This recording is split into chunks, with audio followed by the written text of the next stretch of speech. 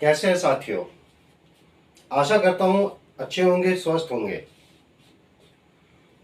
मैं अरुण शर्मा आप सबों को अपने YouTube चैनल पे हार्दिक स्वागत करते हैं।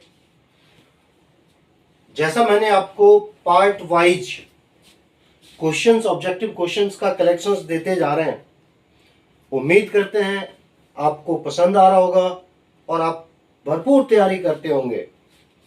देखिए, आज का क्वेश्चन हमारा जो स्टार्ट होता है कुछ इस तरह से है कि द्रव अवस्था में परिवर्तित हुए बिना ठोस अवस्था से सीधे गैस में परिवर्तित करने की प्रक्रिया को क्या कहते हैं। बहुत सारे ऐसे एग्जाम्पल हैं, जैसे नेफ्थलीन हुआ, मोम हुआ, कि वो डायरेक्ट ठोस अवस्था से सीधे गैस में परिवर्तित होता है बिना द्रव अवस्था में गए हुए, और इस प्रक्रिया को कहा जाता है सब्लिमेशन, यानी उत्पादन विधि, सब्लिमेशन विधि। नेक्स्ट क्वेश्चन है, वायु में मौजूद जलवाष्प की मात्रा को कहा जाता है। एयर में अगर ड्रॉपलेट्स अगर प्रेजेंट है तो उसको हम क्या कहते हैं? मॉइस्चर, यानी कि आर्द्रता। केंद्रक की खोज किसने की थी? रॉबर्ट ब्राउन ने। किसने किया था? रॉबर्ट ब्राउन ने। लाइसोसोम की खोज किसने की थी? डी डुवे ने। कोशिका का शक्ति केंद्र यानी कि powerhouse of the cell, mitochondria को कहा जाता है। किसे कहा जाता है? माइटोकॉन्ड्रिया को। प्रोटीन की फैक्ट्री, कोशिका में प्रोटीन सबसे ज्यादा कहां पे बनता है? प्रोटीन की फैक्ट्री किसे कहा जाता है? वह है राइबोसोम। प्रयोगशाला में डीएनए का संश्लेषण किसने किया था? प्रयोगशाला में डीएनए का संश्लेषण हरगोविंद खुराना ने किया था। गुणसूत्रों में पाए जाने वाले आनुवंशिक पदार्थ को कहा जाता है जीनोम। इसी से तो जीन की उत्पत्ति हुई, जीनोम। विषाणु की खोज किसने किया था? इवान विस्की ने 1892 में। इवान विस्की ने 1892 में विषाणु की खोज किया था। साथियों, ये सारी वो क्वेश्चन है जो पेपर में बार बार पूछा जाता है। आप अच्छे से तैयारी करिए।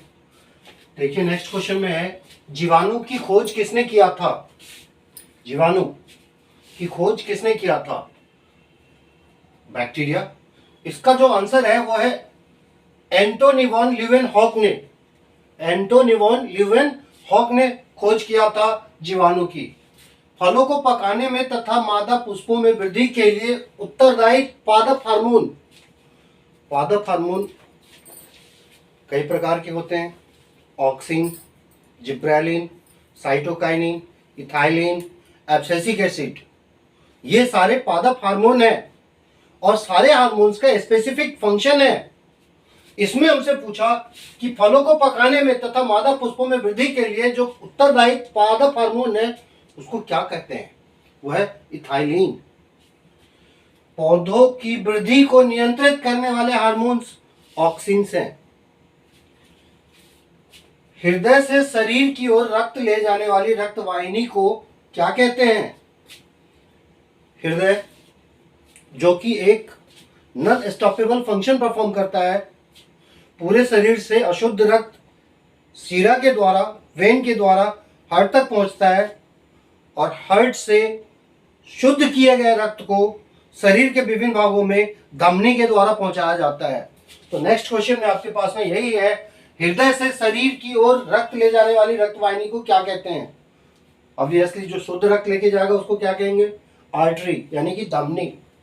और शरीर से हृदय की ओर रक्त ले जाने वाली रक्त वाहिनी को वेन कहते हैं, यानी शिरा कहते हैं। इसमें भी एक एक्सेप्शन है, ऐसी धमनी जो अशुद्ध रक्त को कैरी करता हो।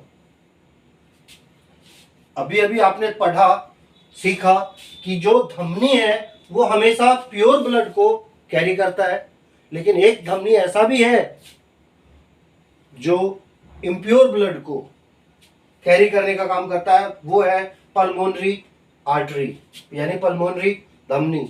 ठीक इसी तरह से शिरा में भी एक ऐसा शिरा जो शुद्ध रक्त को कैरी करता है, वो है पल्मोनरी शिरा, यानी पल्मोनरी वेन। ये वेन और आर्टरी के जस्ट अपोजिट, ये अपवाद हैं, एक्सेप्शन है, इनका नाम आपको ध्यान रखना है। और नेक्स्ट क्वेश्चन देखिए, हृदय की धड़कन को नियंत्रित करने वाले हार्मोन्स को क्या कहा जाता है? वो है थायरॉक्सिन एवं एड्रिनेलिन।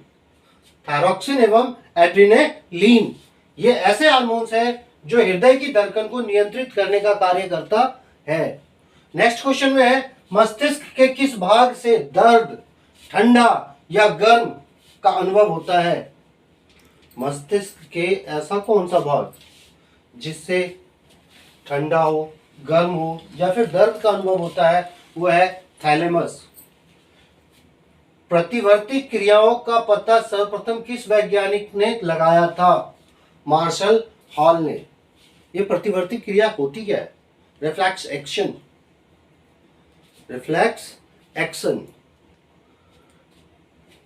एक ऐसा एक्शन जहां पे उस एक्शन को परफॉर्म करने के लिए शरीर का भाग ऐच्छिक हो या ना हो,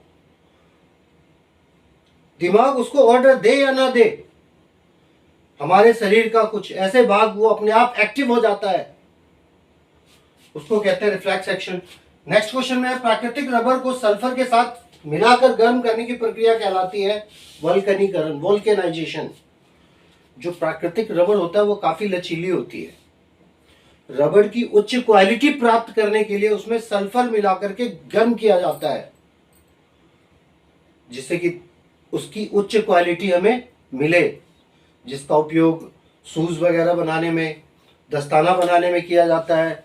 उसको और हार्ड बनाने के लिए उसके अंदर कार्बन मिला दी जाती है, जिसका उपयोग टायर, ट्यूब, इन सब चीजों को बनाने में किया जाता है। इस प्रोसेस को कहते क्या है?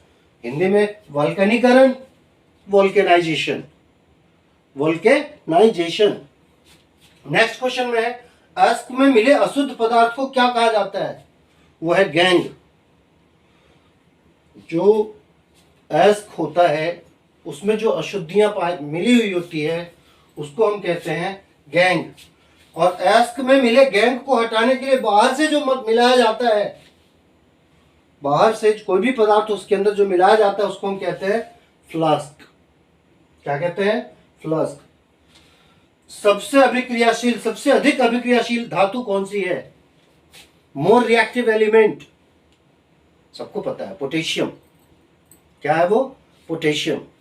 नेक्स्ट क्वेश्चन में देखेंगे आप, ग्लोबल वार्मिंग के लिए उत्तरदायी गैस हैं। ग्लोबल वार्मिंग के लिए उत्तरदायी गैस जो होता है वो है कार्बन डाइऑक्साइड। इलेक्ट्रॉन की तरंग प्रकृति की खोज किसने किया था? डी ब्रोगली ने। वेव नेचर ऑफ इलेक्ट्रॉन किसने दिया था? डी ब्रोगली ने। इलेक्ट्रॉन की खोज किसने की थी? जे थॉमसन ने। प्रोटॉन की खोज किसने की थी? गोल्डस्टीन ने। न्यूट्रॉन की खोज किसने की थी? चैडविक ने। इलेक्ट्रॉन का चार्ज यानी आवेश जो होता है वो माइनस होता है। प्रोटॉन पॉजिटिव इन नेचर होता है। न्यूट्रॉन चार्जलेस होता है, न्यूट्रॉन के ऊपर कोई चार्ज नहीं होता। किसी भी एटम में जितना प्रोटॉन है उतना ही इलेक्ट्रॉन है, और दोनों ही अपोजिट चार्ज वाले हैं, इसीलिए एटम को इलेक्ट्रिकली न्यूट्रल कहा गया है। क्या कहा गया है? उदासीन। इलेक्ट्रॉन का जो द्रव्यमान है वो 9.1 इंटू 10⁻³ kg है। प्रोटॉन और न्यूट्रॉन का मास बराबर होता है 1.67 इंटू 10⁻27 kg। इस तरह से आप हमारे साथ जुड़े रहेंगे। मिलते हैं आपसे नेक्स्ट वीडियो में नए क्वेश्चन के साथ। तब तक के लिए tata, bye bye, thank you.